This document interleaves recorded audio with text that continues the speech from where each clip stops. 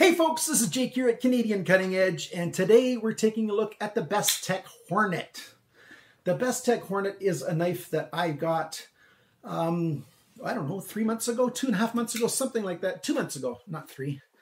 And the cheapest I ever saw this was on Massdrop, but Massdrop, is one of those companies, if you're not familiar with it, they have a product on for 5, 6, 7 days. And they sell it out and then it doesn't come back again. Or maybe it comes back in a couple months. They also have some Massdrop branded products that they have on regularly. And they sell all kinds of stuff. All kinds of sporting goods. All kinds of clothing items and watches and almost any kind of product you can imagine. But they've got a category for blades, and that's where you guys might be interested. They also have flashlights, like I said, and other outdoorsman kind of stuff. But when they do sell something, they often have it for the best price you can find anywhere, although sometimes they don't do their homework and they charge too much. So if you're not yet a Massdrop member, you can click the link that I have down below. If you become a Massdrop member using my link, you will get $10 off of your next purchase, and I also get $10 off. So it's good for both of us. But if you're going to just buy it at regular price, the best place to get this right now is White Mountain Knives and use my coupon code. So there might be there's a sale, I think, on at another store that's a little bit less than White Mountain Knives, but if you use my coupon code, it's less than that sale price. So I think my coupon code for White Mountain Knives is CCE, but it'll be on the bottom of the screen right here and down below in the description. And today we're going to look at the Hornet. Bestech has this knife only in 3 handle colors. You've got this green and black, they've got a red and black, and they've got an all black. They call it a sheep's foot. I'm calling it a sheep's foot cleaver. That's just what I'm calling it. It's a liner lock knife, G10 handle scales, D2 steel, great flipper action. And those people that are good at it, you can get your finger underneath there and flip it out that way. I'm terrible at that. Like a Spidey flick, I'm just terrible. I can do it sometimes, but I'm just terrible at it. But so if you're interested in this knife, then you're going to want to stick around and watch the full review of the Bestech HORNET. It's just within the budget range if you get it on sale, or maybe just slightly out of the budget range, but it's right at the limit of my budget range for 2019 of $50. Yeah, this is going to be just over $50 US for most purchases. I think it's a cool knife. Is it practical? Well, let's see. Stick around for the full review coming at you right now.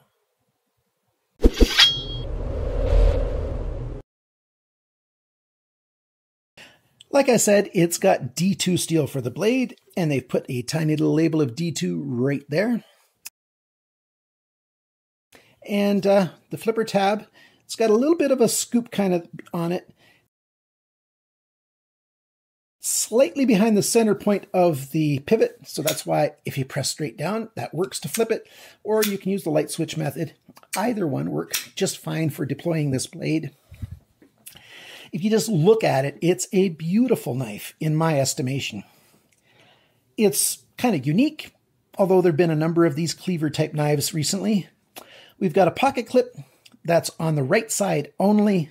I really do wish they would have made this knife with a right or left pocket clip, because if you take this pocket clip off, it doesn't leave, marks on the G10 that make it super obvious that there's supposed to be a pocket clip there. So they could have done it on this side and left the show side, looking very nice, even though there would be 2 tiny little holes there. So I do wish they would have made this knife with right or left and left pocket clips. But with this custom kind of pocket clip, they would have had to give you a second pocket clip as well. They couldn't use the one pocket clip on both sides unless they changed the shape of it. You've got this milling of both sides, because you've got this beautiful, bright, zombie greenish kind of color and black layers of G10. And so it's milled down on both sides. And the handle is offering very good grip, very good texture in the hand. And, it looks kind of cool. The red one has the exact same color pattern. Let's bring it a little closer. There we go. So you got the same color pattern if you've got the red one. And if you've got the black version, it's just all black, but with the same kind of milling, so the same texture in hand. You get a very good grip on this knife when you hold it. It feels very good in the hand. Very comfortable. No hot spots. With me, see how my index finger comes right behind there, and my index finger goes in front of it, and my middle finger goes right behind it. It creates no hot spots at all when I'm using this knife. Even when I go forward, this high spot ends up going between these two fingers. So I've used it a fair bit for doing some hard work, cutting a whole bunch of cardboard and stuff like that. For that kind of job, it's very good. For piercing jobs, nah, this isn't the knife that you want for piercing kind of jobs, because you've got that sheep's foot front. It's got a nice swedge that looks good. It's got a high flat grind. Since it's so high, it's functionally equivalent to a full flat grind. It works very, very well for slicing through all kinds of things. You could use this for minor food prep, and it's going to work very, very well for that. You've got this sort of triangular hole here to help reduce some weight, because this is not a super light knife. What is it, 5.55 ounces? So it's not a problem at all. It's not heavy to carry at all, but it's not light either. And then you've got this large jimping that goes all the way along the spine of the knife. And then this finer jimping right there by the thumb riser. You've got some jimping here along the liners. And so you get a really good grip on it. The jimping's not aggressive so that it gets hot in the hand, but you can get a good solid grip. And this forward choil is large enough that I've not gotten nicked by this corner at all. On some knives, you end up getting nicked by that corner right there, but hasn't happened once on this knife. And it's actually fairly comfortable bringing the thumb up here. As you can see, it just sort of fits right in that spot. And so that's been very good. You don't have an awful lot of writing all over the blade. You've just got the Bestech logo with Bestech knives here, and then the Hornet here, and D2 up here. You've got a captured pivot pin. So it only has a torque screw on this side, T8, I think it is. And that's really good that it doesn't free spin. And then the other screws on here are typical Bestech screws. They're a good high quality screw. You've got a back spacer here with this sort of, what is it, a bronze? I think it's a bronze kind of color, isn't it? Yeah, I'm going to call it bronze coloring of the back spacer. And then inside, you've got a whole lot of skeletonization. So, oh wait, before I take it apart and show you the insides, here at the end of the handle, you've got only the steel for the lanyard hole. So that's really easy to access. And if you do tie a lanyard on, it doesn't bulk up the knife big and wide on the handle. So that's a good thing, because the handle's, thick enough the way it is. And I like it when companies do this kind of thing, causing it to be smaller there. Got some jimping on the belly of the handle right here. And it's, again, fairly good spaces between those jimps. And it's, very, very comfortable in hand. So now let me take the knife apart and show you the insides. Lots of skeletonizing. And you can see on here, I'll give you a close-up picture of this. This is indeed ceramic. There you go. That's the word I'm looking for. Ceramic ball bearings. Also, you can see the black ball bearing on the detent, or the dark gray, and that's because it is ceramic as well. So there you go. That's what it looks like on the inside. And I didn't mention the stop pin yet. The stop pin right there is a good, solid, big stop pin. You get a good thunk when you open the knife. So here, listen to this. And the lockup here is very good as well. Let me focus it back up here again. I'm getting used to the new camera, and hopefully I'm doing a good job with it. As you can see, the lockup is exactly where I like a brand new knife to be. I like this far edge here of the liner and the blade, those two edges to line up on a brand new liner lock. That gives you a completely engaged lockup. and yet it also gives it room to wear over with time. Because whenever those surfaces come together on this lockup, you do get a tiny bit of steel that eventually gets worn away, and that's what causes the liner lock to move and creep that way over time. Pocket clip, it works very, very well. It holds on the pocket very well. You've got about 2 centimeters, about 3/4 of an inch of the knife sticking out of your pocket. I do wish it was a bit less. I wish the pocket clip was up just a little bit, not an awful lot, but just up a little bit. I do like that it's really easy to grab out of the pocket this way. Let me show you what it looks like in a pocket. So this is what it looks like going into a pocket. It goes in quite well. And there you go. You got that 2 centimeters, 3/4 of an inch sticking out of the pocket. Not bad. Okay, let's go over all the information here. Like I said, D2 steel, Rockwell hardness 59 to 60. Satin blade, a little bit of stonewash on the flats, on the ricasso here and up on the flats on the top. G10 handle scales, like I said, stainless steel liners. It's got a cleaver sheepfoot style blade with a forward choil. Ceramic ball bearings on the inside that you saw when the knife was taken apart. An all-round, very good knife. Lockup is solid. There's no blade play. Side to side, up and down, no problems there. And I showed you the lockup point there. And smoothness, very smooth on those ceramic ball bearings. And, you know, I did take the knife apart, you know, to show you the insides and everything, and cleaned it up a little bit. The action didn't really get much better because the action was made very, very good, perfect, basically, at the factory. So chances are very, very high when you get one of these, you won't need to do any maintenance to it for a while because Bestech just does a really good job at their factory. Let's talk about the specs. The weight, 156 grams, 5.50 ounces. I think I said 5.55 earlier. 5.5, so 5.5 even. Not bad at all. The cutting edge is 7.43 centimeters, 2.93 inches. The blade length, so tip to the closest spot on the handle liner, the G10, or actually the liner sticks out just a little bit, 8.74 centimeters.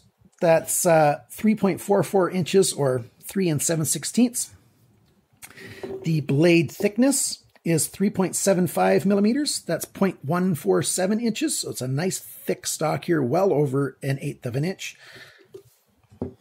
The blade depth is 3.27 centimeters, 1.29 inches. The thickness of the edge of the blade right here behind the grind is 0.58 millimeters. That's 0.0225 inches. So that's very good as well. The grind angle, oh yes, I didn't measure that yet. And I've not yet sharpened it. It's got the factory edge. So I'll measure it and I'll put that number right here. My target is always to have about 20 degrees per side on a knife of this style and size. The handle length is 11.66 centimeters. That's 4.59 inches. The grip area between my thumbs is 9.53 centimeters, 3 3/4 inches. The handle thickness is 1.56 centimeters. That's 0.62 of an inch. So a little over half an inch, but it's really, really good. I love how this knife feels in my hand. By the way, my hands are right between large and extra large in North American sizes, if that helps you to determine what you feel this knife size is. The handle depth, that's this measurement right at this point, is 3.18 centimeters, 1 1/4 inches.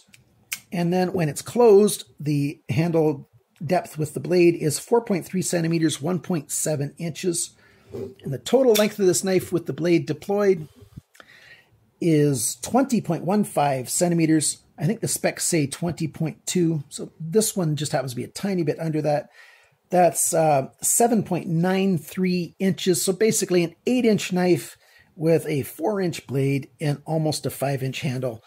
Very roughly, those are the specs. So it's a very good knife that way. The balance point is, if I can get it done right here, there you go. Right there, almost exactly where you want a knife to be. So what are the pros and cons on this knife? I do like this jimping on the spine here and on the back spacer.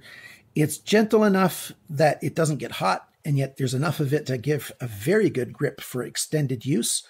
The jimping on the blade here, on the spine of the blade, is decorative factor, very high. Useful factor, very high. So I really like this. Even the jimping here is chamfered a little bit. It just helps give that really cool look to that knife. And I appreciate that a lot. The knife just has a look that I find appealing. Is this a knife that I would buy as an EDC to carry for most of the time? No.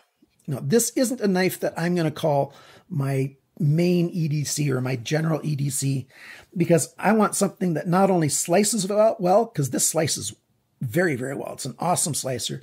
I also want piercing capability. And this knife, while you can pierce, it's just not very good as a piercer. It doesn't have that design. So that's fine. The flipper's great. The grip is great. The grind on the blade is excellent. The inset point here for the lanyard option is very good. The weight to size ratio all the way around is very good. Highly skeletonized to keep it down to 5.5 ounces. The lockup is excellent. The pivot pin's wonderful. It just works very well. Functionally, it's a very good knife for the price. Even without saying for the price, functionally, it's a very good knife. Cons. If you're looking for a self-defense knife, this would be a con. No, this is not a self-defense knife. I don't call that a con necessarily. It's just, if that's what you're looking for, this knife won't do it. I do wish that the pocket clip was on both sides, and I already mentioned everything about that.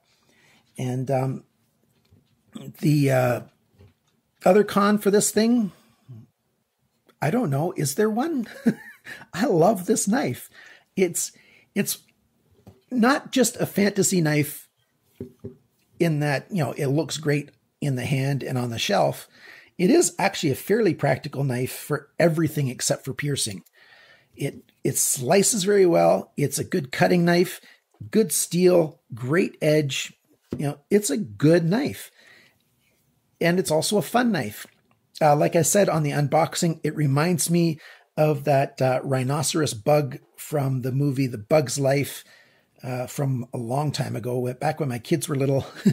And, that just gives me that cool feeling of, because I watched that movie with my kids and they loved it and it was fun. And, it just brings back that memory, and I like it for that. Hornet, that might not be the best name for this knife. I think they took that off of the handle idea here. And I think they focused on the handle when they came up with the name much more than they did for the rest of the knife. If they called it Rhino, this thing would be much more like a rhino. It has a little bit of that rhinoceros kind of look, doesn't it? That's why they call that the rhinoceros bug, I guess. I think that'd be a cool name for this knife, the Rhino. So if they make another knife in this sort of style, Bestech, call it the Rhino. So there you go. That's this knife. Remember, White Mountain Knives, they have been shipping to Canada. They've had zero calls back from any Canadians saying that their deliveries did not get past CBSA. White Mountain Knives is a smaller store, and the owner does the shipping directly. And I think the reason why his shipments get past CBSA is because they just look like general friend-to-friend packages in the mail. CBSA focuses on intercepting business packages that have knives in them.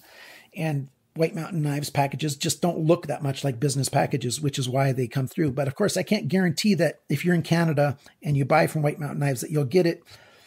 But it's probably your best chance of any company in the United States.